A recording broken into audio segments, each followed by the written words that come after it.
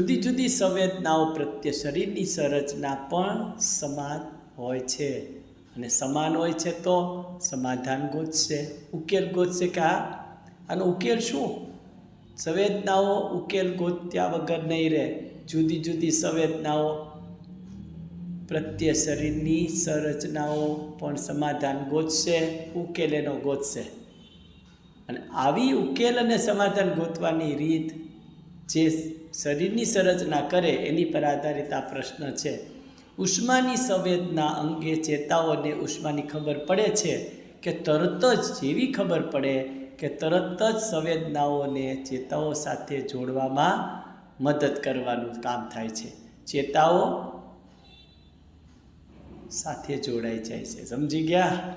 તો આ શાંતિથી અત્યારે સમજાયું છે. ઉષ્માની સંવેદનાઓ અંગે ચેતાઓને ઉષ્માની ખબર પડે કે તરત જ